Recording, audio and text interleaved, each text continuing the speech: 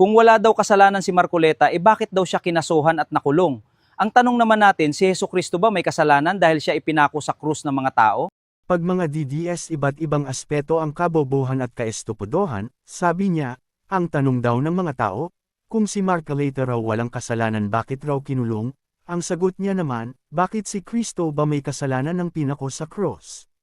Di naman kailana sa panahon ni Duterte maraming mga hinahatulan kahit walang kasalanan, ngunit si Marcoleta inakusahan at kinulong dahil may mga ebidensya, dahil kung walang ebidensya at testigo, abogado si Marcoleta at iglesia ng mga Manalo, na nagsasabing di sila kaya ng gobyerno at ni PBBM, bakit di niya inapela sa Supreme Court?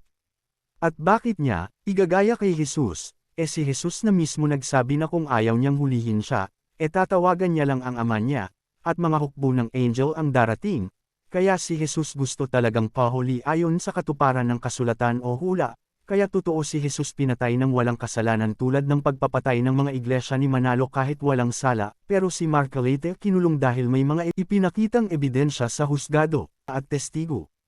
Kaya wag mong ihalin tulad si Jesus o ang mga pinatay sa administrasyon ni Duterte na 61 na abogado, dahil ang mga ito'y pinatay na walang ebidensya, samantalang si Marcoleta kinulong dahil sa daming ebidensya at testigo.